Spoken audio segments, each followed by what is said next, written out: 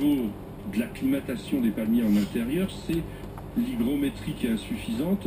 Alain, qu'est-ce que vous avez comme conseil à nous donner par rapport à des palmiers qu'on essaye de mettre dans la maison? Je dirais qu'il y a une race de palmiers qui n'est pas répertoriée botaniquement, c'est le palmier de salle de bain. C'est par exemple le Chrysalidiocarpus, Voilà. qui adore être au pied de la baignoire et respirer les vapeurs chaudes du bain.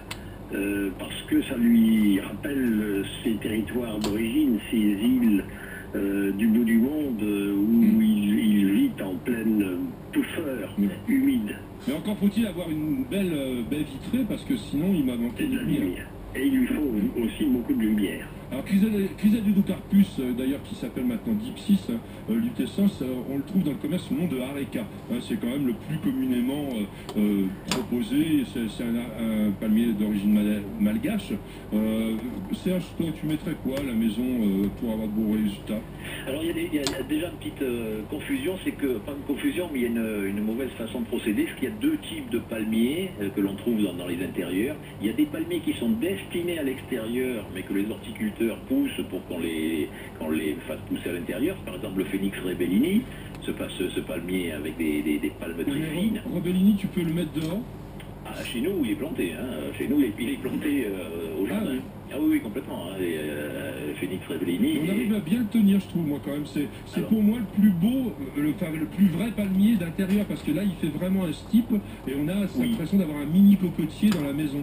Et si c'est pas trop chaud, c'est vrai qu'on le tient bien. Voilà. Sinon, si commence à faire sec, c'est des acariens derrière, etc. C'est un petit peu la galère. Donc, il faut vaporiser le feuillage?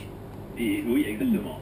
Et par contre, il y a une autre catégorie de palmiers donc, qui sont vraiment tropicaux, effectivement, qui ont besoin et de chaleur, et de lumière, et d'humidité, et que là, effectivement, on peut maintenir, plus que de voir prospérer, qu'on peut maintenir à l'intérieur.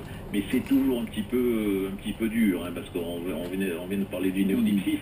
Les plus beaux que j'ai vus, c'est quand même en serre, il y en a au Parc Phoenix à Nice, c'est quand même dans des serres tropicales, avec une ambiance de salle de bain, effectivement. Messieurs, petite question par mail pour terminer. C'est la question d'Ida qui nous dit quels sont les soins et précautions à prendre pour les palmiers qui sont sur des balcons?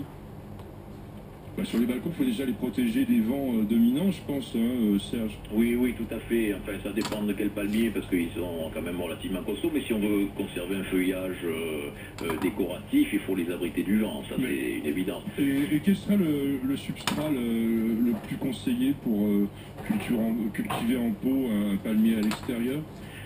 Culture en pot à l'extérieur, il faut s'approcher de la terre de jardin, des conditions les plus je veux dire, naturelles possibles. C'est-à-dire que les terreaux horticoles sont un peu trop légers, il faut être derrière sans arrêt pour rectifier. Et l'arrosage, même si ce ne sont pas de grands chauffards, les palmiers en général.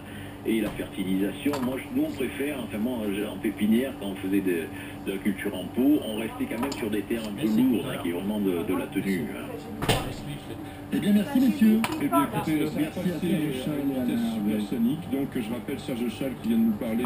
Il avait écrit Les Palmiers, qui sont toujours d'ailleurs en vente chez Rustica Éditions. Et notre ami Alain Hervé, Le Palmier, le nom de l'arbre chez Actes Sud. Et puis son tout nouveau livre, Promesse d'île, chez Artaud. Merci beaucoup. Merci.